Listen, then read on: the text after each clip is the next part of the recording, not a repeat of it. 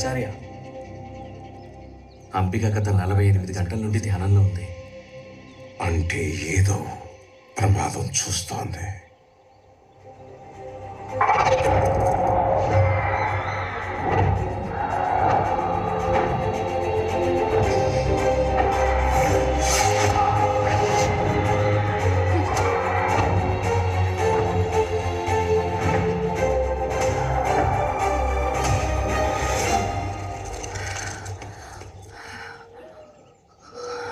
మనిషి 9 మంది యోధులతో సమావేశం జరగాలి.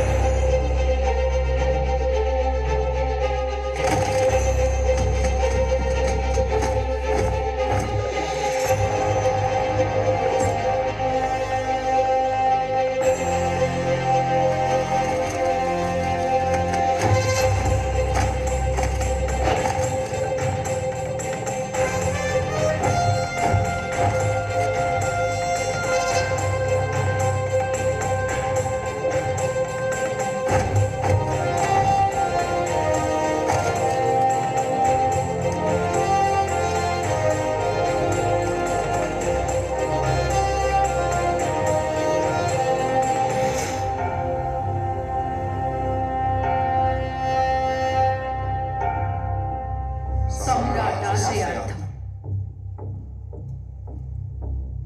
ఆపద రాబోతోంది. దాన్ని మనం ఆపలేం. అది నీ తంత్రవనంలో మొదలై అన్ని గ్రంథాల స్థానాలకి వ్యాపిస్తుంది. ఇలా జాగ్రత్త పడ్డం కన్నా వాళ్ళని ఎదుర్కోవడం తెలివైన పని. ఎదుర్కొని ఆపగలిగేదైతే నేను భవిష్యత్తు పిలిచి చెప్పను. నేను చెప్పేది జాగ్రత్త కాదు, జరగబోయేది. నేను కాపాడుతున్న గ్రంథానికి తంత్రమే కాదు, నేను తయారు చేసిన సైన్యం కూడా కపల. మొదటి యోధుడి మాటే మా మాట కూడా. Wir नहीं सुनते हमारे पास भी सेना छू उलस्तोय येस्ट आर्मिया ऑनसेट टू वीरमाल. ఇక్కడ ఏ సైన్యం లేనిది మీ 9వ గ్రంథానికే. చెప్పడం నా ధర్మం, ఆ పైన మీ వివేకం. స్వస్తి. స్వస్తి. స్వస్తి. అంబిక వెళ్ళిపోతున్నారు. మరోసారి చెప్పు చూడమంటారా?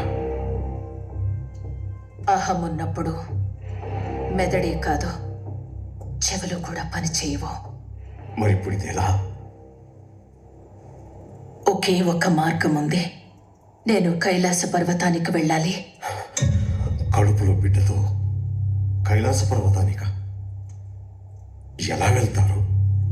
ఎవరి కోసం వెళ్తారు? అగస్త్యముని 4 యుగాలు చూసిన చిరాయు, రాముణ్ణి సైతం నడిపించిన త్రికాల జ్ఞాని,